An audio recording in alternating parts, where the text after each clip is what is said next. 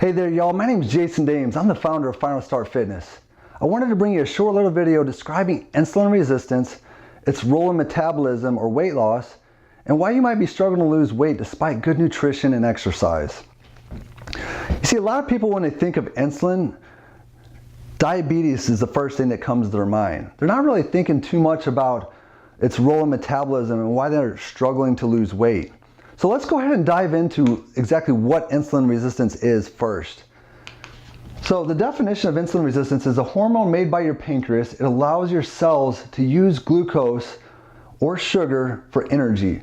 People with insulin resistance have cells throughout their bodies that don't use insulin effectively.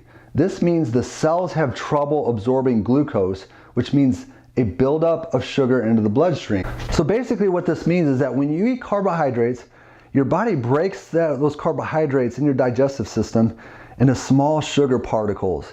And then the body takes that sugar and absorbs into the bloodstream. Once it gets into the bloodstream, the pancreas is going to release insulin in a dose-like fashion. So the amount of glucose that's in the bloodstream, the pancreas is going to release the same amount of insulin. Now, insulin's job is to bind to a receptor and send a signal into the cell to allow the entry of glucose into the cell.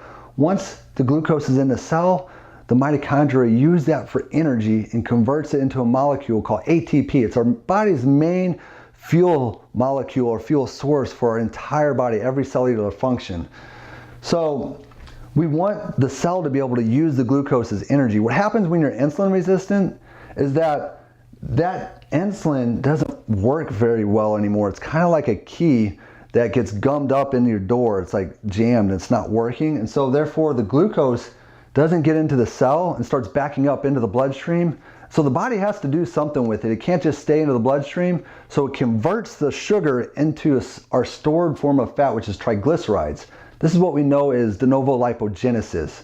So the body's taking that sugar, converted it into fat, and now you're storing fat for energy rather than using it into the cell and creating ATP like we're supposed to. So again, guys, it's not just about calories in and calories out. I mean, we hear this stuff all the time. It's just driven into us constantly, like we're just going to exercise more and eat less, and that's going to be the solution. No, it's way more than that. It's a lot more to do with hormone balance and how our body's actually using that food. You see, if we're not using the food that we're eating for energy and we're just storing it as fat, it doesn't matter if we exercise more and that's the only thing that we're going to do and eat less if we're very insulin resistant, right? You get this? So what are the things what's the main thing that's driving insulin resistance, you might ask? And it's really inflammation. So inflammation is caused by all the lifestyle factors I talk about all the time: nutrition, exercise, sleep, stress, and toxins. And so they're all very important. They all can affect inflammation, which drives more insulin resistance. And so we need to work at all of them all at the same time, not just one or the other. We want to really ultimately have less inflammation and create more hormonal balance and more insulin sensitivity. That's what we want.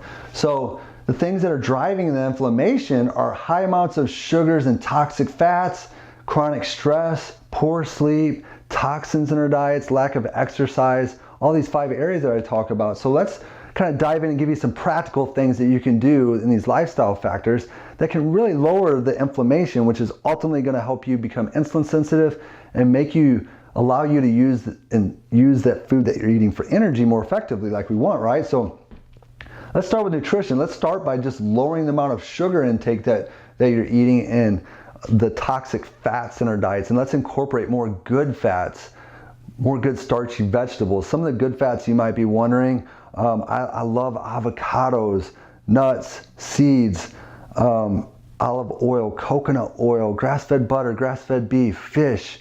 Like I said, nuts and seeds are great. These are all really good things to add in your diet. And then along with that, lots of non-starchy vegetables. These are going to be loaded with fiber and micronutrients that our body needs to utilize to downregulate inflammation. Exercise, we all know exercise is important. I'm a big fan of exercise, as you can tell. I'm in the fitness industry, but some of the things that exercise does is it creates adaptations in the body. Whenever you exercise, you create more muscle cells and more more muscle cells means that you have more receptors for glucose disposal. More receptors that you have, the more efficient you are going to be able to use and dispose of that glucose. Also, you may not know this, but when you exercise, you upregulate these transporters called GLUT4 transporters. What they do is they can transport glucose into the cell independently of insulin. So you don't even need insulin around the times of your exercise, and it stays elevated for about 24 hours after. So you're much more efficient at using the glucose around the exercise and when you are strength training and when you're building muscle and doing cardio. These are great things about exercise. So we know that's good, but those are just some thoughts to take away. 3 to 5 times a week, you need high intensity, 30 to 45 minutes. Sleep and stress are kind of both in tandem together. They're working really, if you're not getting good sleep, your stress hormones are going to be really high. When stress hormones are high, they're going to regulate our stored form of sugar. They're going to elevate blood sugar levels, and therefore you're going to be driving more insulin resistance. That's what we don't want. That's what we're trying to calm down. So try to just get to bed a little bit earlier. Turn the TV off a little bit earlier. I know it stinks, but it's going to affect all of your hormones, including testosterone. You know, you guys, it's really important. I know you love to hear, but for fat burning, it's going to elevate testosterone and growth hormone and all those things that we want. When we're not sleeping, we're going to have them stress hormones, and that's going to store more fat. Let's go to toxins. We know toxins are bad for us. We eat a lot of them in our processed foods. Let's get rid of the processed foods. But beyond that, outside, we're talking about deodorant, shampoos, house cleaning products, hairsprays, and different perfumes and things that make our house smell better. You know, all those fumigating things are all full of chemicals, and they're disrupting our body. We're really good at detoxing. Our bodies can handle toxins, but we're just bombarding it, right? We're just like punching it one after another, boom, boom, boom, and we can't take it.